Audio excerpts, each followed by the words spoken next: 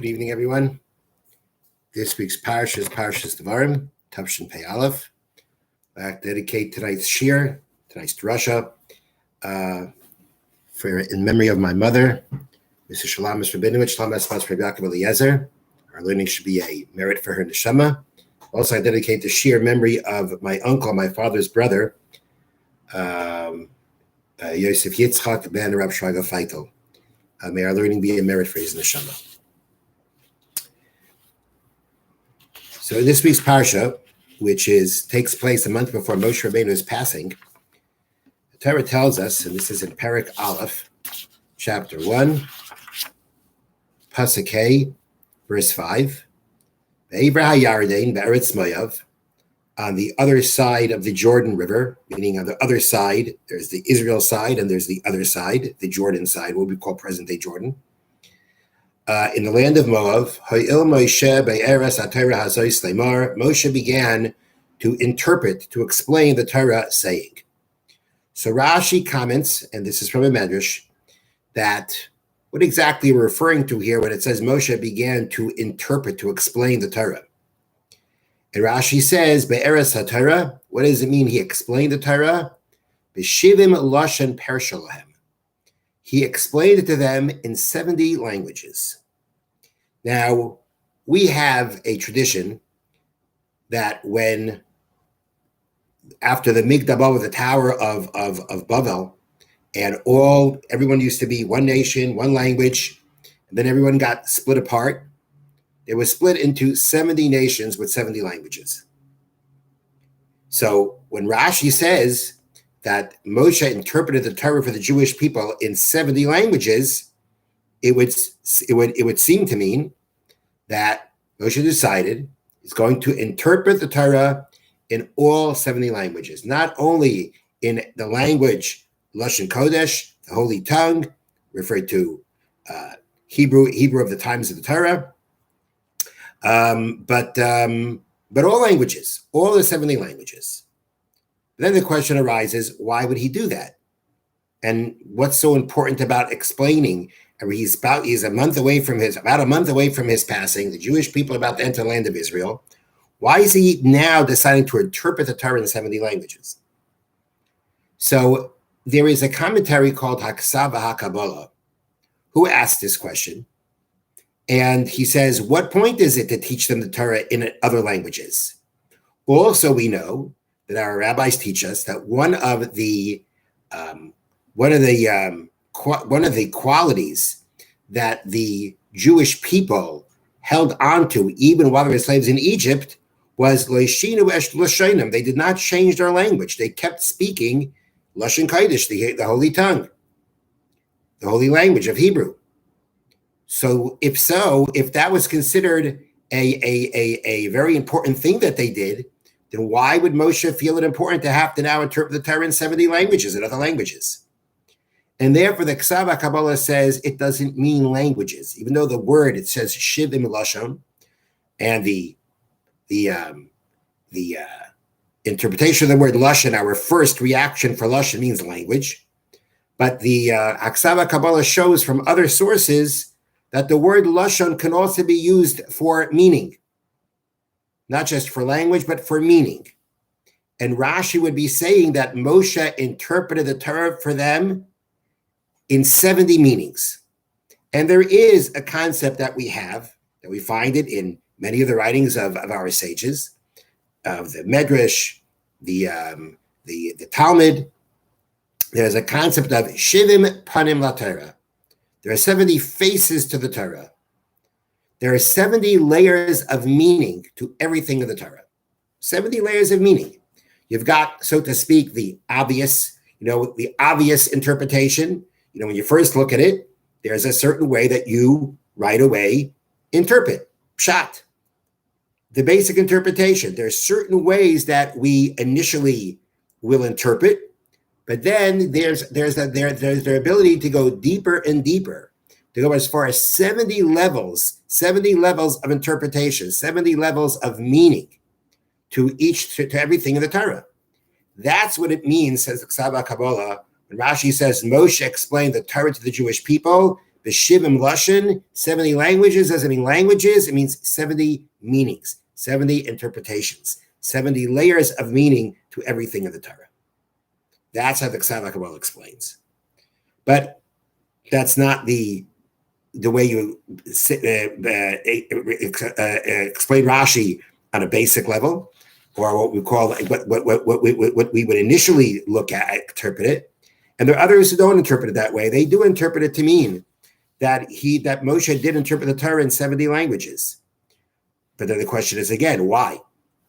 So the Sfas Emes explains with a very, very, very interesting explanation, with a very deep and possibly call it a Kabbalistic concept. And he explains like this. Moshe Rabbeinu understands the Jewish people, or he knows there's a very strong potential, or he knows through prophecy that the Jewish people are going to land up in exile. They're about to enter the land of Israel, but they're going to land up in exile at some point in time. And Moshe Rabbeinu wants to prepare them for that. How does he prepare them? So the Sfas Emes says that every one of the 70 nations of the world, each one of them represents a power that contradicts Torah, that contradicts the holiness of Torah. Every one of the nations represents and has a power that contradicts the light and the holiness of the Torah.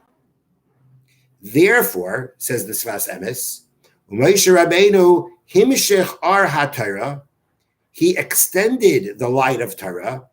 He put the light of Torah into all the languages, so that they'll be able to cling to the light of Torah, even though they will be in exile under many nations.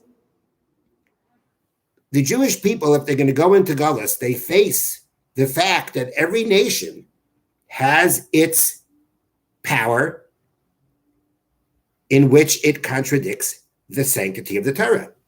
And if the Jewish people go into exile to any of these countries, they're going to face a very strong power against the Torah, against the light of Torah. By teaching the Torah in the 70 languages, says the Sfas Emes, Moshe Rabbeinu now put the light of Torah into all the languages. And it means more than just the languages, in the cultures.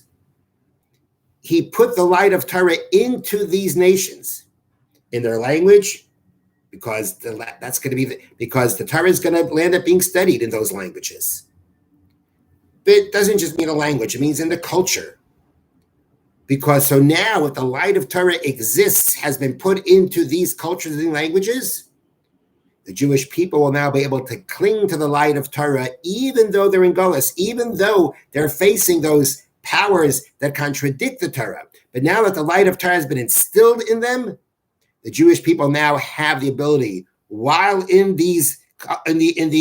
exile, in these cultures, using their languages, they'll be able to cling to the light of Torah and continue to thrive and grow in Torah.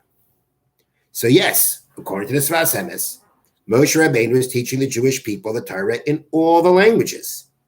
Because by doing it in all the languages, he puts the light of Torah in every language and in every culture, so that even though all these cultures contradict the light and sanctity of Torah, now the light of Torah has been infused in them, has been put into them, the Jewish people can now live in those cultures using those language and cling to the light of Torah. Even though they are facing the onslaught and the powers of every one of the 70 nations that contradict the Torah. But now that the light of Torah has been put into the languages and put into the culture, the Jewish people can cling to the light of Torah even when they face these contradicting powers, when they're in their countries of exile. So it's very, very powerful, beautiful interpretation. And it's very important to realize that exile, Golus, means that we face powers, spiritual powers, that contradict our connection to Torah and to Hashem.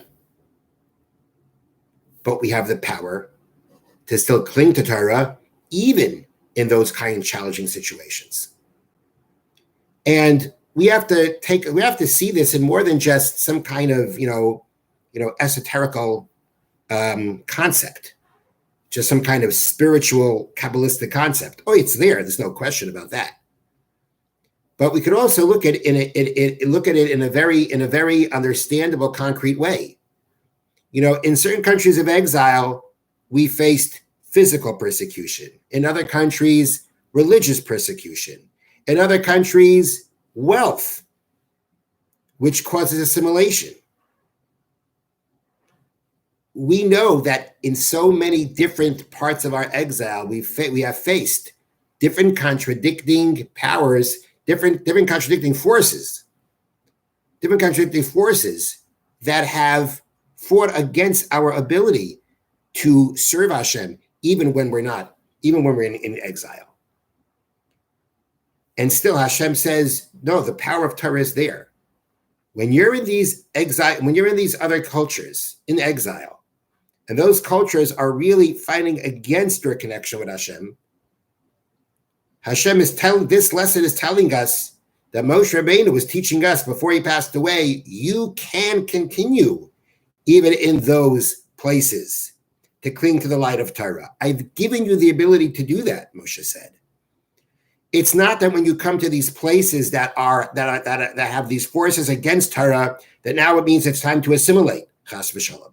No, it doesn't mean that. It means that although you face these forces, the light of Torah is there for you to cling to and to stay connected to Hashem. And when we look at this whole concept about these forces that exist in every one of the 70 nations, that when we come to Gullus, we have to face those forces, because that's what Gullus is. There is call it a national Gullus. There's a Gullus that we experience as a nation, as a people. And then there are people who have their own personal Gullus, personal exile. Exile means that our connection with Hashem doesn't feel as strong as it should be. That's what happens when we were exiled from the land of Israel. We don't have the Beis HaMikdash anymore. Exile means that we don't see God in our lives as clearly as we should. And that happens to us as a people, and it happens to us as individuals. People can find themselves in their own personal dark exile. An exile that definitely does not assist in a person's service to Hashem, and an exile that actually can pull a person farther away from their connection to Hashem. But the lesson here that Moshe taught us was that whatever exile you are in, you still need to cling to Hashem.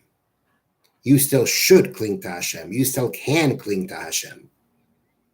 There is no situation that tells us there's no more connection to Hashem. As difficult and as dark as that connection may seem, and as weak as it may seem, Moshe Rabbeinu was teaching us here that the light of Torah is everywhere. And it's possible to connect and cling to the light of Torah no matter what situation a person finds themselves in. That is the challenge of Gullus, of a people's Gullus, of a people's exile, of a person experiencing their own personal exile. The light of Torah is there, and it's there for us to cling to, and to thrive with, and to grow with, and to bring light into our lives. And our hopes are that this Tisha B'Av will be the last Tisha B'Av in Gullus. By next year, Tisha B'Av should be a holiday in Yerushalayim, in Eretz Yisrael, with the Beis HaMikdash, where we won't have to face anymore the forces that challenge us in the cultures we find ourselves in, and the personal exiles and the forces that challenge us personally. Because then we'll be clinging to Hashem in a clear manner. We'll experience His glory, His beauty, His love in a way that the light of Torah will be permeating in all of us. Maybe you see that soon. With coming to Mashiach Tzidkenu. Have a wonderful Shabbos. Have a meaningful Tisha B'Av. Hope your fast goes well. And again, this should be the last one. Have a wonderful Shabbos.